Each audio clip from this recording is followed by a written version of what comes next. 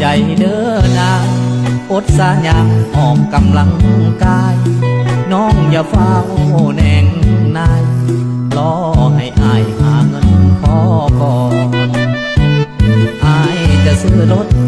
ถ้าพอซื้อสดบางเธอกะพรให้น้องนั่งเกียมนั่งซ้อนแม่บังอ่อนอายสิพาสิบ่มีปัญหาน้องจะรอทางบ่คอนแค่ตั้งใจดีๆเด้อแฟนให้มันแก่นได้ดังใจทุกสิ่งน้องอยู่ทางบ้านคอยพ่อตาหวานด้วยใจจริง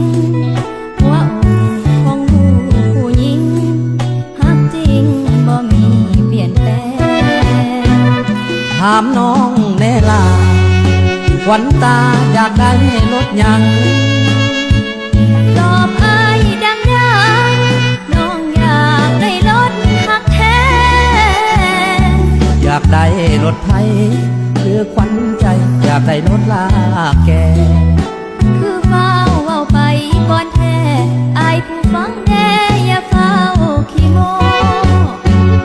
การสื่อการขายต้องวางเป้าหมายไว้ก่อนเรื่องอื่นน้องบ่สะอ่อนขอนำถอดอย่าเอาแฟนมาโซถ้าฝันเป็นจริงสิพาน้องหญิงนั่งรถคันโกประกาศใส่มากกว่าโลพาน้องเล่นโซให้คนสาดัวบาน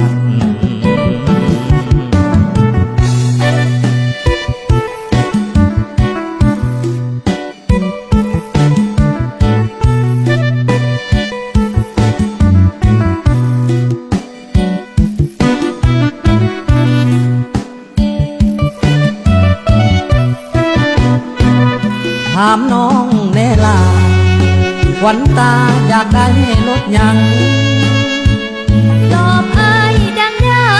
ๆน้องอยากได้รถฮักแท้อยากได้รถไถหรือขวัญใจอยากได้รถลากแกคือเฝ้าเว้าไปก่อนแท้อายผู้ฟังแน่อย่าเฝ้าขี้โม